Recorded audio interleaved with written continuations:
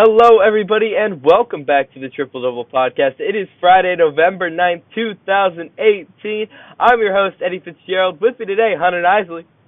Hey, everybody. Glad to be back. We've got some drama to talk about today, especially some stuff that Cam McKee's going to have a lot of comments on.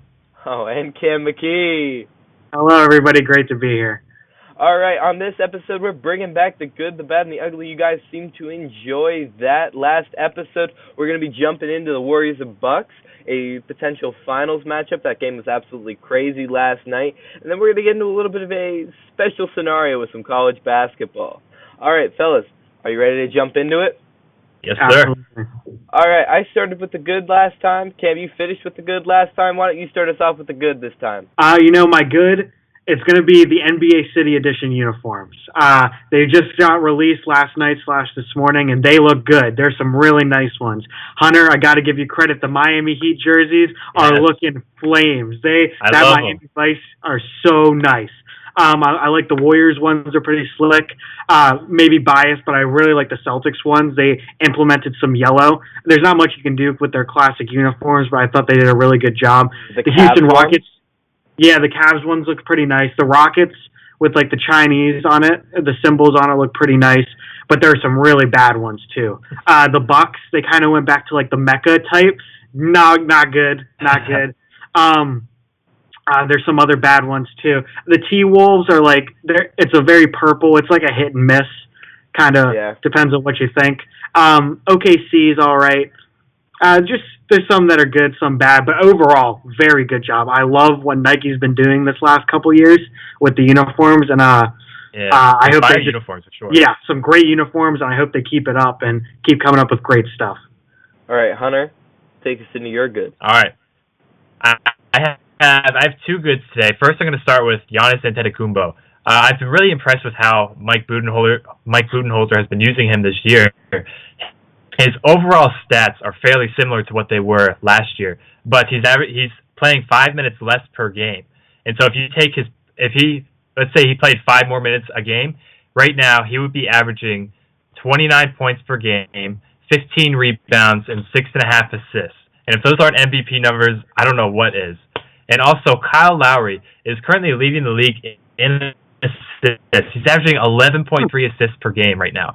He has 38 more assists than any other player in the league right now, which kind of blows my mind. I know it's early, but 38 more assists than anybody else is a pretty big margin this early in the season. So I'm excited to see how both of them continue playing well down the stretch. All right, that's a pretty solid good. I'm not gonna lie. Yeah, that was very good. Obviously, Giannis is an animal, but Kyle Lowry, excellent. That Raptors team is absolutely phenomenal. And when you have so much spacing now that you don't have DeRozan trying to take all those shots off the dribble, you got a lot more catch and shoot options. I think that's really, really good. My good has been the Indiana Pacers bench. Mm-hmm. All right, they brought in Tyreek. Last year, when Victor Oladipo was not out on the court, their net rating was -7. Now it's +2. So that bench with Tyreek Evans being able to come in and get together some points, being able to score some buckets. Domantas Sabonis has really come into his own over there. He's dropping about 20 points a game, playing really good defense, really complementing that secondary role in Indiana extremely well. I think that, when Tyreek came to the team, he said that they can compete with anybody in the East. I think that notion really holds true. I think Nate McMillan is an excellent head coach. I think that now that you have that legitimate sixth man, that guy who can come in, be the person that you're like, all right, we got to take Oladipo out of the game. Tyreek, come in, get us a couple buckets, just play with the guys a little bit more. This team could look really scary. I mean, we saw them push the Cavs in that first-round series last year with LeBron, and it was getting hairy. There were a lot of times that, it didn't look like the Indiana Pacers were really going to carry themselves, but they did, and they ended up pushing, getting more wins, forcing that Game 7. And I think now, with a weaker Eastern Conference, you're looking at a fantastic Indiana Pacers team that could be possibly scary to a team like Philly or a team like Boston in the playoffs. I think that the Indiana Pacers bench perfect moves this offseason. Players are just only going to continue to get better. All right, Hunter, why don't you take us into the bad? All right, the bad. So my bad is the New Orleans Pelicans. The Pelicans, they started off really, really hot.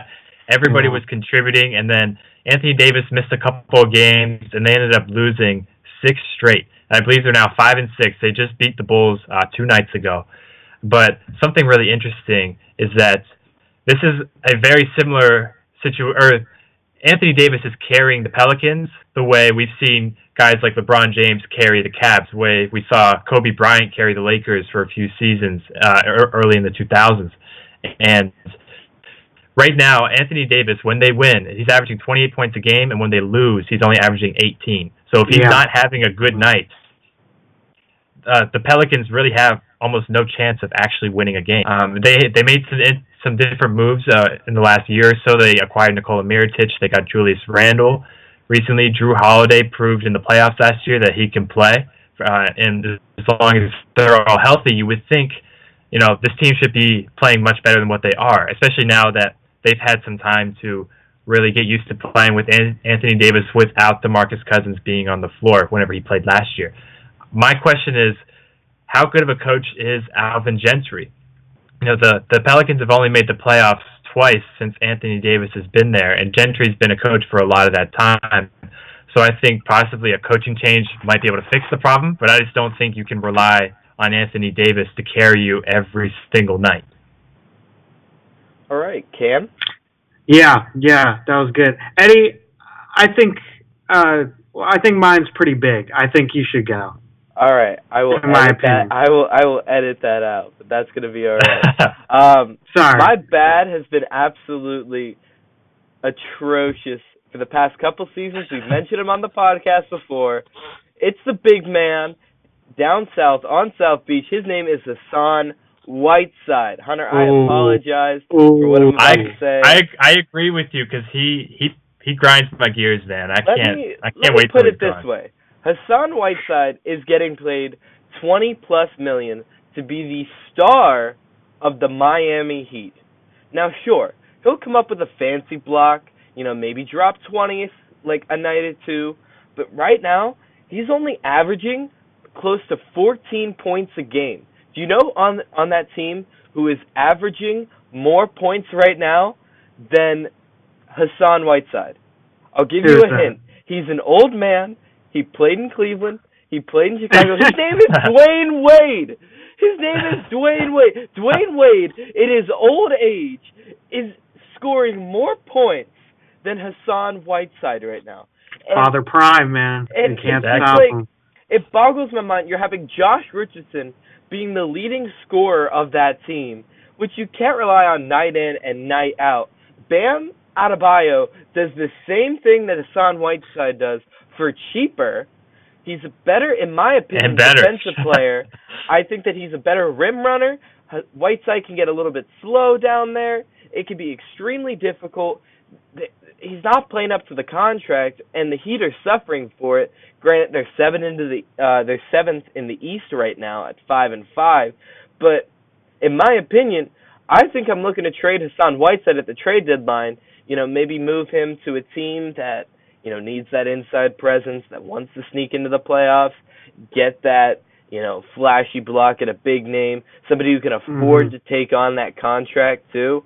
I mean, I don't know who would want Hassan Whiteside. Just in my perspective, right, I was, if I was any of the 29 other GMs in the league right now, if I got a call from Miami Heat and Pat Riley asking if I wanted Hassan Whiteside, I would just hang up the phone right there. But I mean, Hassan Whiteside has been trash this season. He needs to be gone. That's all I'm going to say. Cam, take us into it. All right. Well, Hunter, did you have something to say? No, I just can't stand Hassan Whiteside. I completely agree with Fair enough. So. Well, you know what? My bad. It's been a bad week for the Luka Doncic haters. I'm just going to say that. Now, don't get me wrong. He is still my enemy. He is still my rival. I will never appreciate that guy. I will always root against him. I'm sure he's a great guy, but he's my rival, man. But I got to say, He's been putting up some good numbers. Currently, he leads the rookies in points and points per game. He's second in assists per game. He's third in rebounds per game, and he's tied for fourth in steals. I mean, got to give credit where credit's due. But I mean, still not great. I mean, those are EuroLeague numbers. Just wait till they figure him out. Just wait till they figure him out. Figure him out. Then he's my gosh. Figure him out. He's averaging what, like 18 points a game? I mean, the dude's no one's watching. There's no film to watch him. He just came over from here. No one knows what he's like. There's plenty of film. Watch the tape wait. He's played since he was 16. What are you talking about? Of course there's film on him. All you can find on YouTube is those highlight reels. You don't actually show NBA scouts are using YouTube to look up. No, they're not. They weren't worried about it yet. They said this guy's EuroLeague MVP. EuroLeague is under college basketball. We don't have to worry about him. No, it is not. And then it's okay, fine. We're going to show him. Let's show him a little decency. Let's show some film on him. Once they do that, it's over for him. Then why? You're as bad as Hassan Whiteside. Hold up. Then why hasn't Andrea Bargnani in his rookie season? Why didn't he average 18 points a game? Why was he so terrible? Why was he such a lackluster number one overall pick? Because he came from the European League. Right, but they had no film on him, Cam. All right. That doesn't mean but he's still bad because he came from Europe. Oh, not any player comes from Europe, the EuroLeague, not so Europe. Any player that comes from the EuroLeague. There are good players from Europe. I'm just saying, Bargnani was not good. That's why he wasn't good. Number one overall pick, sure, Doncic has some talent. I'm not telling you wrong, but no one knew about him until maybe a year ago. Then he's on the rise. Now everybody loves him. Everybody loves Luka Doncic because great. No, he's not. Oh my goodness. Oh my goodness. He's already the Mavericks, maybe their best player already. That's he's crazy. Don't even say that. That's Who's crazy. better? Who's better? Dirk can't even jump. 2 years. DeAndre Jordan is. I'm interested to see what his sophomore season will be like. That's all I'm saying. Did you know Jason Tatum before he got to Duke? Do you know his name before he got to Duke? Like when he got recruited to Duke, yeah. Before that. I mean, no, I'm not. How did I know he was going to get drafted by the Celtics? Well, no. So here's my point: is that all right? Nobody knew Doncic until about a year ago because that's when he becomes draft eligible. Everybody knows the people top knew rookie. Jason Tatum's name. The people who need to know who Jason Tatum's name was. And they also knew Luka Doncic. Luka Doncic since he was 16. The people that needed to know. 16. All right. All right. I say give it some time. That's all I'm saying. Oh man, what a hater. What a hater. What a hater. Goodness. All right. So my ugly. I know we've touched on him in almost every single podcast, but the Houston Rockets. I can't get over how terrible this team is. They are shooting the most 3-pointers in the league right now. They're shooting about 40 a game. That is it is astronomically biblical that they are shooting that many 3-pointers in the game. And then they have the audacity to follow up those 3-pointers with so many breaks. They're about, in terms of 3-point percentage, they're in that bottom half of the league in 3-point percentage. So they're taking the most threes, and they're not going in. The team is getting frustrated. Carmelo Anthony had his time to shine in that revenge game against Oklahoma City, and it was absolutely terrible. He got 2 points, missed every single 3-pointer. He went 1 from 11 from the field and was god-awful. And Oklahoma City destroyed them. Chris Paul, you could tell, was one of the calmest NBA players, in my opinion. I don't think so. He literally... He just got into a fight. He just got into a fight with Rondo. What do you mean he's calm? Because he's extremely frustrated by the way the team is playing. We haven't seen that out of Chris Paul in a very, very long time. He fake passed the ball at the ref because he was frustrated on the foul and got a technical for it. The team is spiraling out of control. They need leadership. They need to get rid of the toxin that is Carmelo Anthony in that locker room. I'm mind-boggled by this team right now. Mind-boggled by this team. I think they cut him. Daryl Morey made a big mistake signing Carmelo Anthony. Easily. All right, Cam, hit us with some ugly. All right. So my ugly is actually personal, very personal to me. It's my own team, the Boston Celtics. This start to the season, there's trouble. There's always trouble when you have such high expectations. They're never going to reach that, especially at the beginning of the season. That's very tough. But I'm going to be honest. This is worse than what I thought could be the worst that they could look. They are worse than what I thought possible. But it's still early. I'm not freaking out yet. I still think there's plenty of time to turn it around. But they've been on a huge road trip right now, playing some great teams. They started off with the loss to the Pacers on a heartbreaking game where if Kyrie just makes that layup, they win. Yeah. Oladipo doesn't even get a chance to make that three. Then they lose to the Nuggets.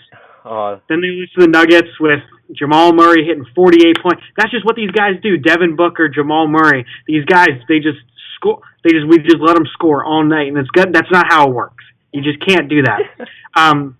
There were some people unhappy with Jamal Murray's performance, but we'll get to that later.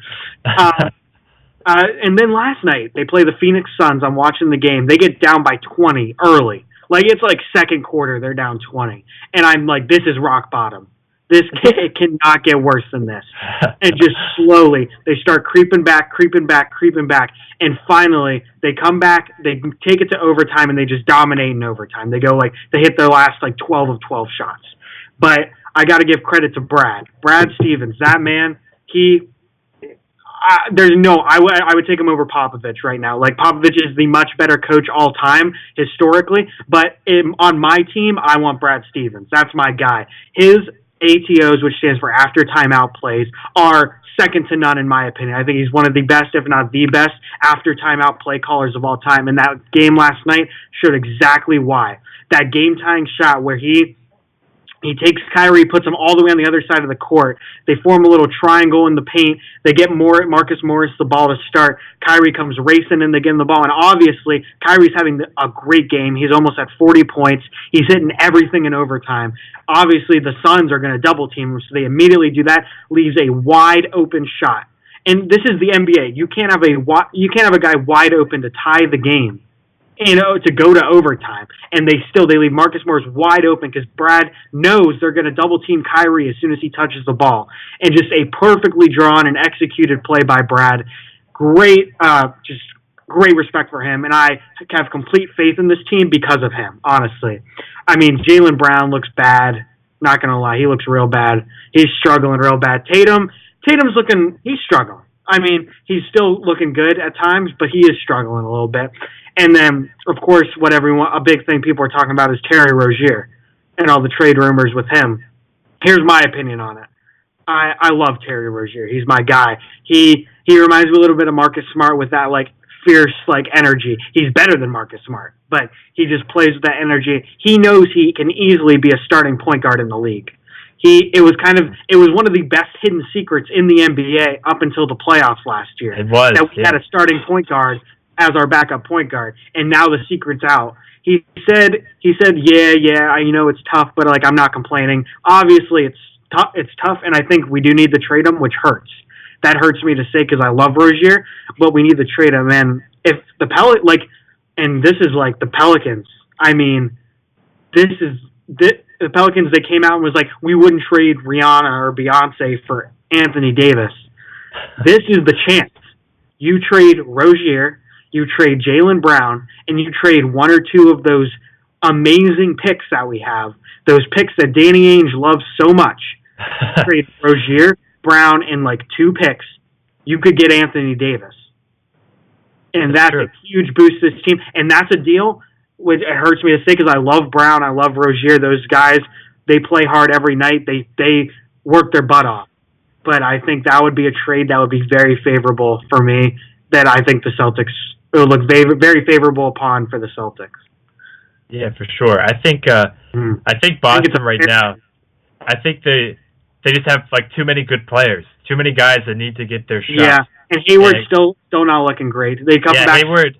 Mm-hmm. You can tell Hayward. I think it's mostly in his head. You can just tell he's not real comfortable playing Yeah, he has his at that nights. level right He's now. having his nights, but Yeah. like I'm interested to see what he'll do in Utah tonight. He's coming back first time at home in Utah. I'm very interested to see how he'll play. What the ovation will be. I'm sure it'll be a very happy, just like cheerful occasion. Oh, just because of like, I mean, maybe if it was last year, maybe he would have gotten a few boos. But after that injury, I don't see them doing anything but like being appreciative for him. For sure. Mm-hmm. So yeah, I guess that's my whole breakdown on what I think of the Boston Celtics. So far, young season. Giving them the whole season. Didn't mean to go on for so long. No, you're good. That's most of it. Yeah. No, our Hunter, hit us the ugly. All right, so my ugly, he's the second worst player in the NBA at the moment. Only a little bit better than Carmelo Anthony. Okay, yeah. My player, he's been really, really bad this year. He is Josh Jackson. He was, I believe, the 4th overall pick of last season, so he has a whole full season under his belt. And we saw flashes last year of what Josh Jackson may be, but he was drafted mostly off of potential and what he could be. He hasn't developed a jump shot yet. He's very athletic. He's a strong dude, but this year's been really rough for him. So out of everybody in the league who has played some quality playing time, Josh Jackson has the worst player efficiency rating at a 2.4. It's been really bad. Yeah. And he did nothing last night in our game. He's so bad on offense. He can't make a jump shot. He's not shooting well at the rim right now. He's not getting to the rim very well. He's not going to the free throw line. And I think the biggest thing I saw of him, last year he averaged about 1 offensive rebound a game. He has not had a single offensive rebound this entire season. He's played in 11 games, and he doesn't have 1 offensive rebound. Josh Jackson has had a really bad sophomore season so far, and honestly, with Trevor Ariza right now in front of him, T.J. Warren. Warren looked good last night. Warren had some good times last night. Warren's been outplaying him. Even with the rookie Bridges, he's not quite the same type of player that Josh Jackson is, but he's been getting decent minutes as a rookie too. I'm worried about Josh Jackson because it's typical to see sophomore slumps, but I mean this is rock bottom. This is about as bad as you can be. So, I can't see the Suns really even playing Josh Jackson much at all if they want to at least try and win a few games this year. Well, I think the key with Josh Jackson is we knew coming out of college that he was a streaky shooter. We knew that really wasn't his forte. He was more that like playmaking, high energy defensive guy coming out of Kansas. And when you take a look at last year's stats, towards the start of the season, it was a very rough start to the season for Jackson. Very rough start. And then as you saw towards the end of that season, Jackson started to come into his own, and he started to hit the ground running a little bit more, scoring more, passing more, playing some really good defense.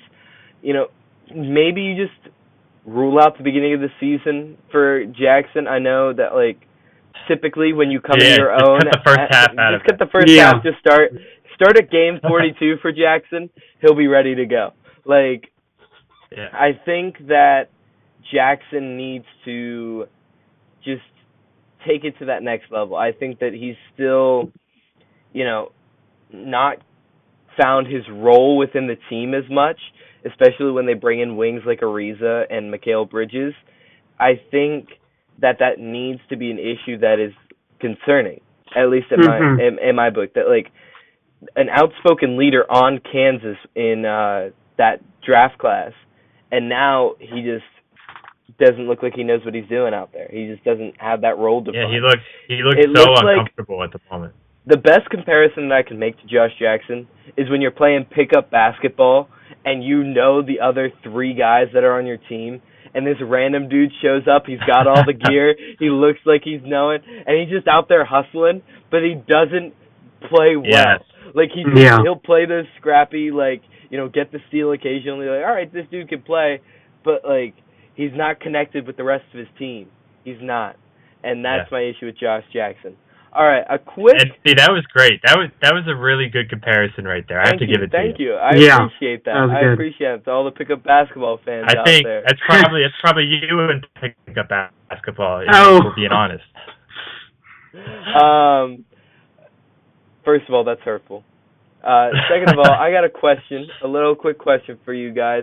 Now, there was a little bit of drama heading in after the Nuggets-Celtics game, in which Jamal Murray decided to cash a three late in the game. They were already up 10 in Kyrie's face, and Kyrie was very, very upset about that.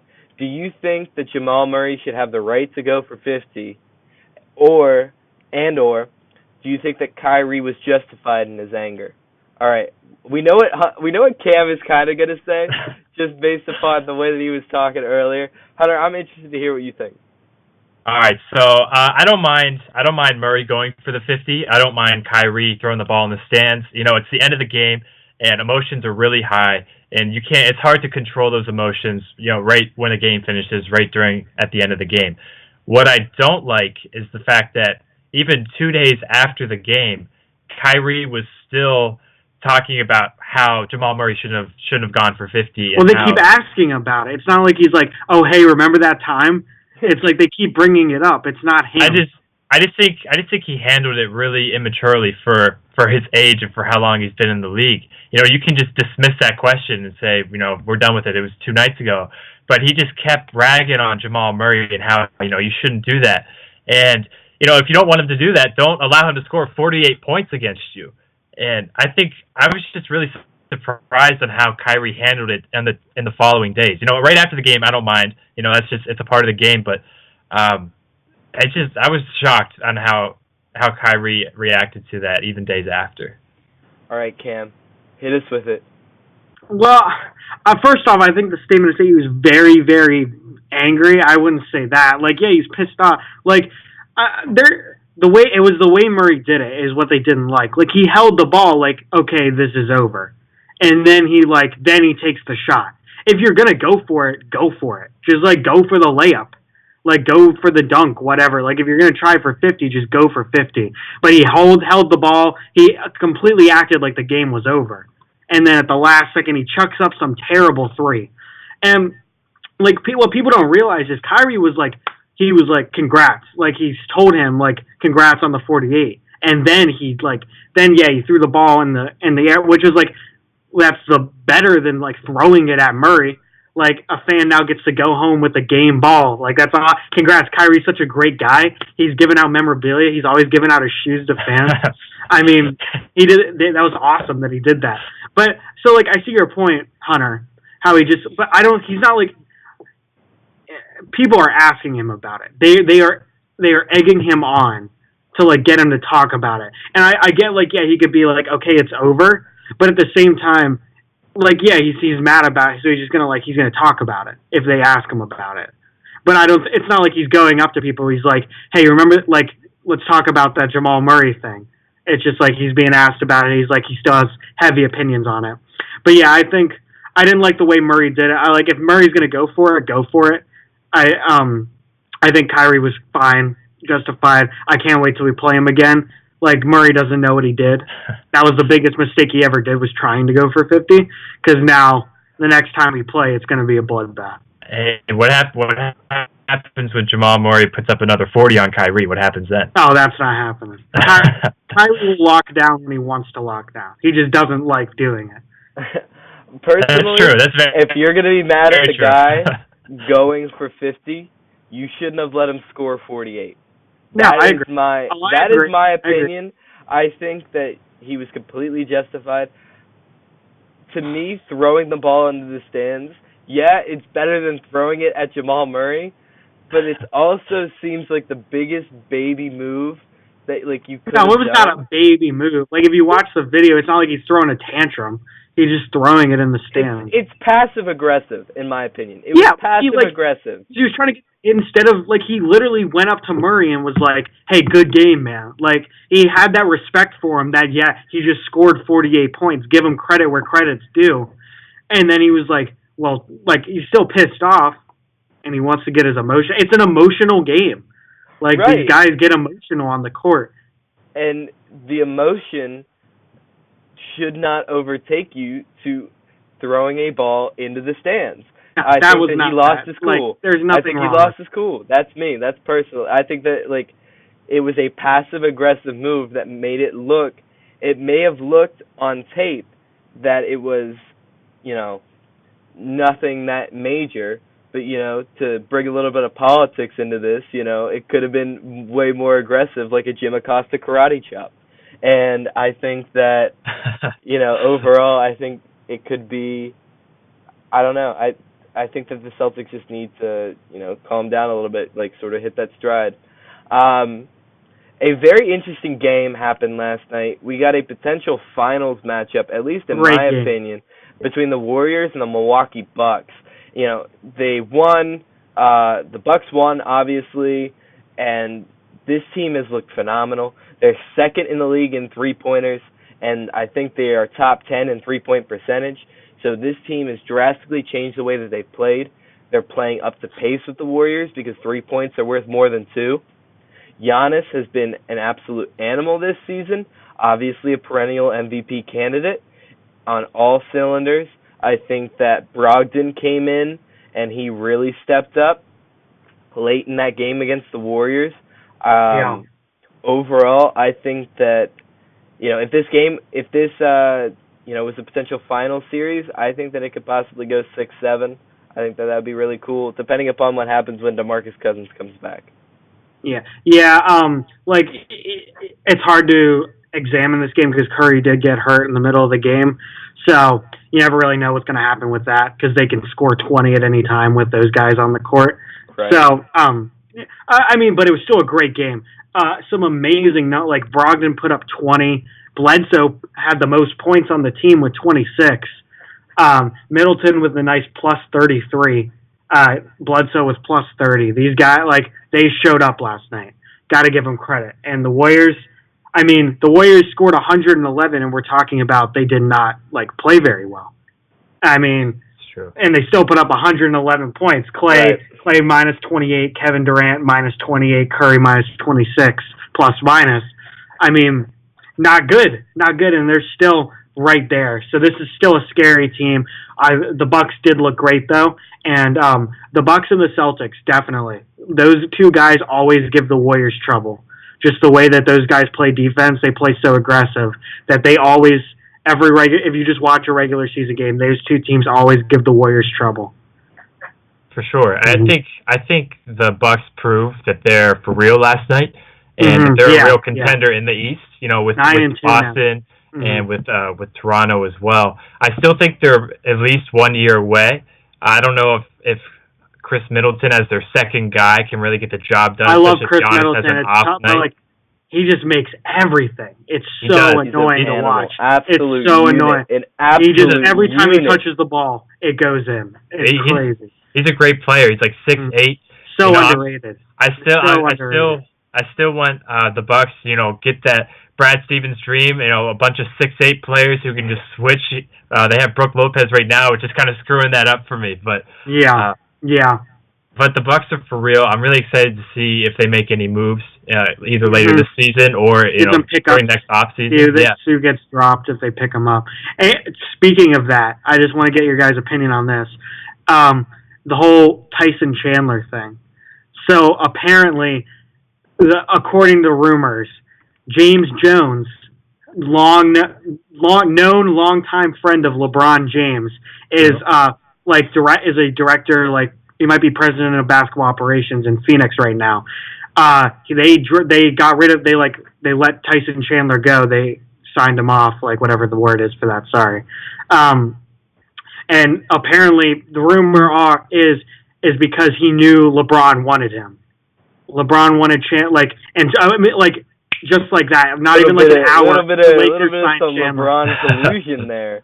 Behind closed doors. All I'm saying is James Jones is the only man to play with LeBron in almost all but last year of those finals. He was on every single one of those.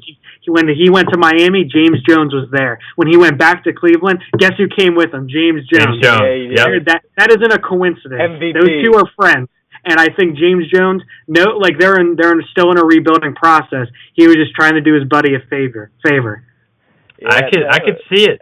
These guys, LeBron's got so many connections around the league. I wouldn't be surprised if something like that in the background was going on. It was interesting to see how fast the Lakers signed Chandler after. And he speaking of Chandler too, he played very well in his first game with LA too. He definitely showed that rim protection, that defense that LA needs too.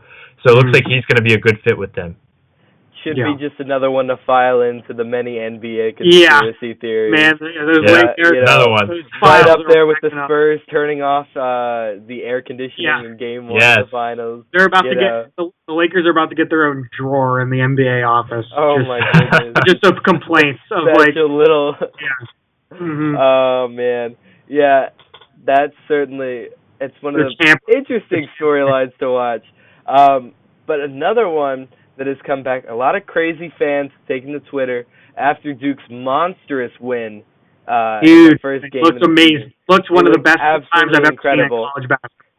And many people think that the Duke Blue Devils this year, right now, could beat the Cleveland Cavaliers. A college team taking on a professional basketball team. Many think that Duke would easily win that game. Hunter, what are your thoughts? I see the Duke little pennant behind you. Yeah, right behind me. For us? You can see.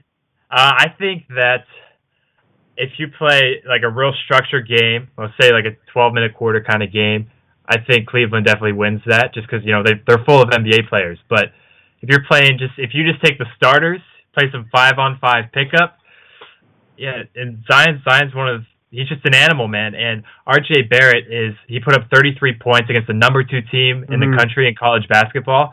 If it's just some Cam Reddish put up the quietest 20-something points you've ever seen in college basketball. Trey Jones had 7 assists. I mean, this team Jones is for real. General. That man, that Jones family, those guys are generals. They're awesome. Trained generals of basketball. And those guys. That's why that Duke team's going to be special. Is Trey Jones. That guy, the Jones, Tyus Jones, of the Jones family, I'm speaking of Tyus Jones of the Minnesota Timberwolves. It's his younger brother, Trey Jones, who Tyus also played for Duke, won a national championship. Those guys keep that team under control, which is why I think this team's going to be special. Because when it's mid-January and they're like, oh, who cares about this? We're playing Boston College. Trey Jones is going to be like, no, everyone get in shape, get ready, because every game is a war, because I'm a general. This is my general. They're good, man. I love this Duke. Yeah, so love it. So I completely agree with exactly that. What you just said. The bench would definitely hurt Duke. They got Jack White, Alex O'Connell. Those guys are good college guys, but they would get absolutely torched by some of the guys on the Cleveland bench. What I'm thinking, 5-on-5 though. I mean. Yeah, starters versus starters. It's an interesting game. It's interesting to think about. Trey Jones and Sexton, those two could go head to head. I like Zion would go against Love. That would be an interesting. I think Zion would just bully Kevin. Who would R.J. Barrett? Would R.J. Barrett go over C.D. Osman or something? Yeah, probably. And then J.R. versus Cam Reddish. Yeah. Give me a break. Give me a break. Cam Reddish. Who's going to have the better heat check in that game, man? Cam Reddish, J.R. Smith. Marquise Bolden against who is their center right now? Thompson. Thompson. Yeah, it's an interesting game, man. 5-on-5, I think Duke has a chance. But if it was an actual game, I think the Cavaliers still are an NBA team, no matter how bad they are. Yeah, if we're playing to 21, man, I might be picking Duke because Zion, he's bigger, stronger than everybody there. Something we've never seen. He's a specimen, and I hope something it's hard. It's tough because the Celtics aren't going to get him, no matter what the Kings do, because the Kings are looking good. They're probably not. They're not expected. And if Zion keeps this up, he's going to go number 1 over Barrett. And if the 76ers get the pick, if the Kings are first. So, either way, we're not going to get Zion, because I don't think the Kings are going to be coming in second anytime soon. Yeah. So, maybe we'll get Cam Reddish. Maybe the Kings will fall apart. They'll drop the 3, and I will gladly take Cam Reddish. Because I think he is so underrated just because he's on that team. Exactly. He's so quiet. He's just quietly just works. He balls. Well, apparently this Zion Williamson is a good basketball player, and we'll have to check him out later in the season. I don't know. I don't have any film on him. Anything else you guys want to add? No. I'm just letting everybody know Carmelo's still the worst player in the league. If you didn't already know. Oh yeah. All right. I give it a month. That's my prediction. He's gone in less than a month. Probably. All right. This has been the Triple Double Podcast. Be sure to follow us on all our social media. Be sure to give this video a like. Comment if you want to see us talk about something in the next episode that we didn't get a chance to mention. Maybe talk about your favorite team. Be sure to follow us on Instagram, Facebook, Twitter, so that way you never miss a video. Be sure to share everything about the Triple Double Podcast with all the people that you know, so that way we can be the best podcast that we could be. That being said, it's been the Triple Double Podcast. I'm Eddie Fitzgerald. I'm Hunter Nicely. And I'm Cam McKee. Oh, have a great day, everybody.